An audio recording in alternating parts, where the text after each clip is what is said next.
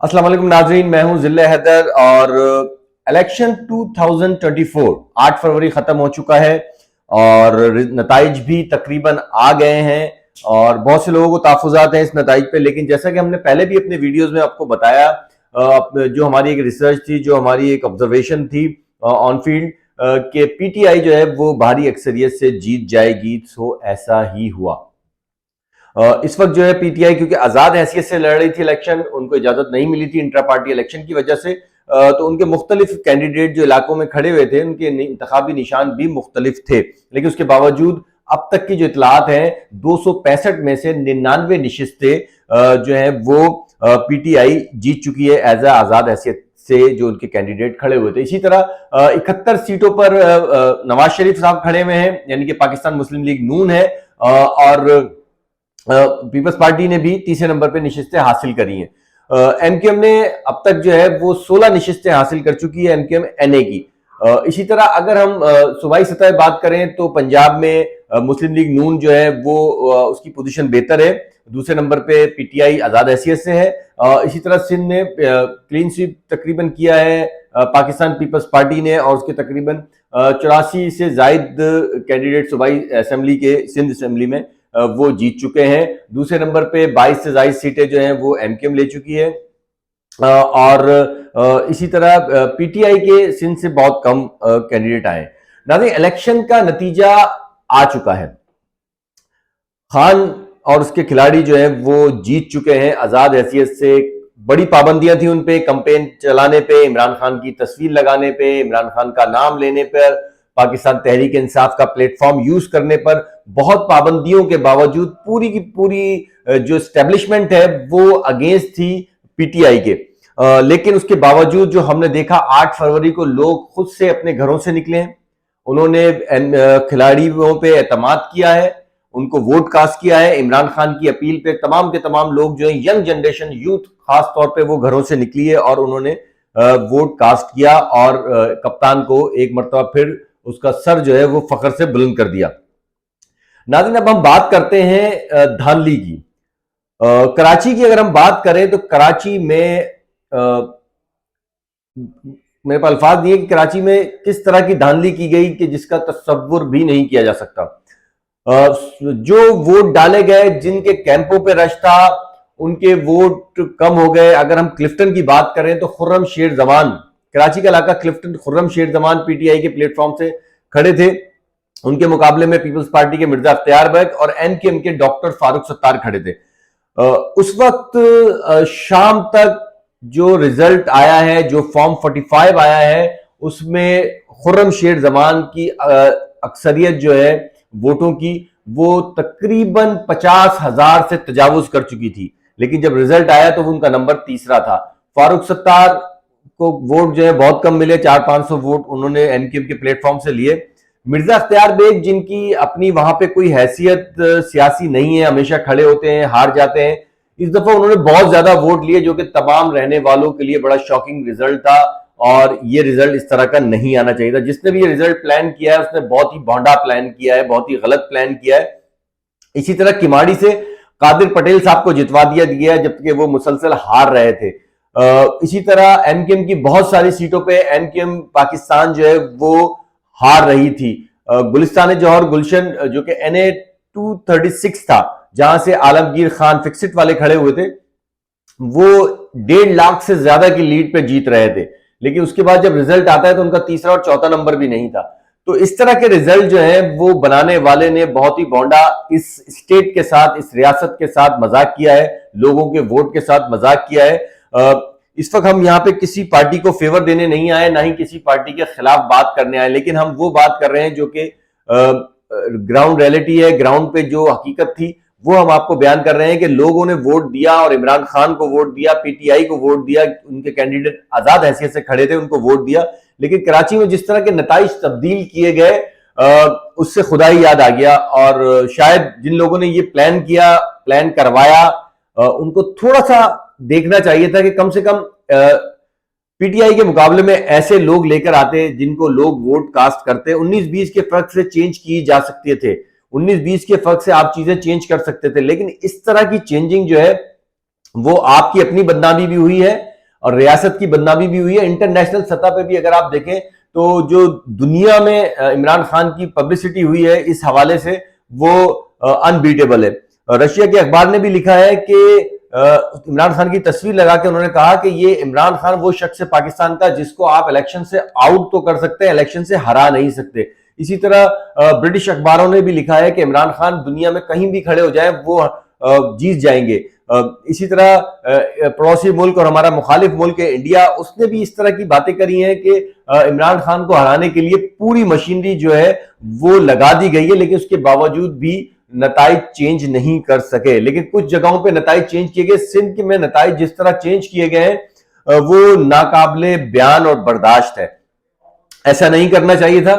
आपको ऐसा कैंडिडेट खड़ा करना चाहिए था। 19-20 के फर्क से आप इमरान खान को हरा सकते थे, लेकिन उसके बावजूद भी ये हरकत की गई, ये काम किए गए। बहरहाल उसके बावजूद 99 से ज्यादा सीटें अब तक ले चुके हैं। 15 का रिजल्ट आना अभी बाकी है।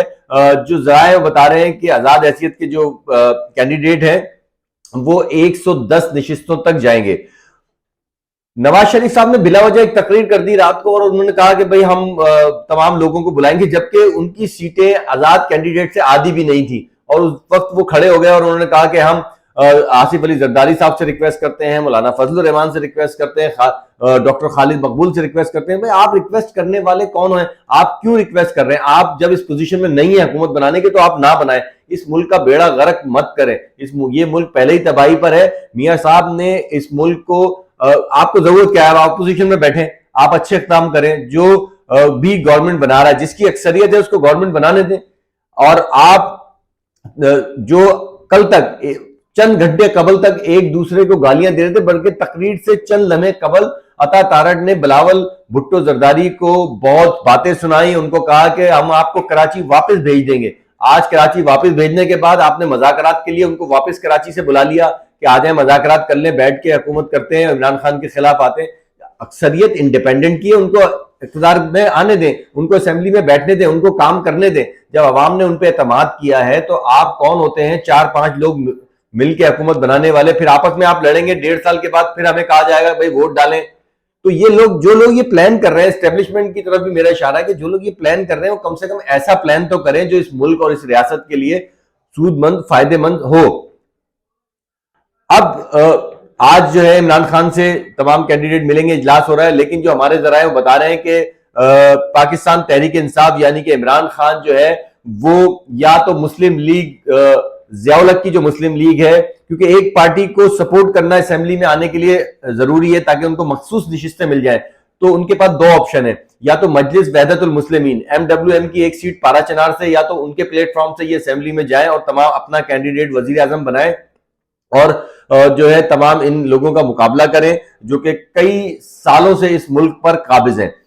दूसरा है पाकिस्तान मुस्लिम लीग ज़ियाउल-हक, उनकी भी एक सीट है। या तो उनके प्लेटफॉर्म से ये जा सकते हैं असेंबली में और मखसूस नशिस्तें हासिल करने के बाद ये दोबारा असेंबली में पोजीशन उनकी इस तरह की है। लेकिन अगर इनको इक़्तिदार में आने नहीं दिया गया, PTI का वजीर आजम नहीं बनने दिया, PTI का प्रेसिडेंट नहीं बनने दिया, तो ये मुल्क के लिए मजीद खतरा होगा। उसकी वजह यह है कि ये किसी को भी फिर काम करने नहीं देंगे। अक्सरियत इनकी है, शोर शराबा होगा, मछली बाजार बनेगा। दुनिया में हमारा नाम पहले ही बदनाम है, वो मजीद बदनाम से बदनाम तर हो जाएगा। इमरान खान को खैबर पख्तूनख्वा में क्योंकि अक्सरियत हासिल है तो KPK से इनको सेनेटर बनाने का फैसला किया गया है। इमरान खान साहब सेनेटर बनेंगे।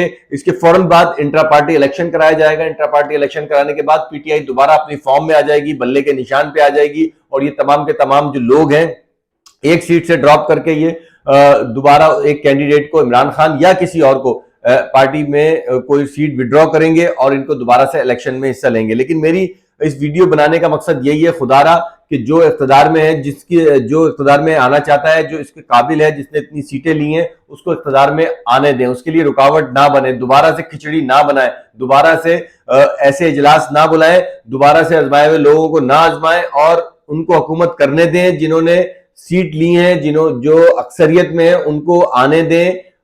मजीद जो है वो 1 साल बाद, 12 महीने बाद, 8 महीने बाद दोबारा इलेक्शन कराने की पोजीशन पे ना जाए।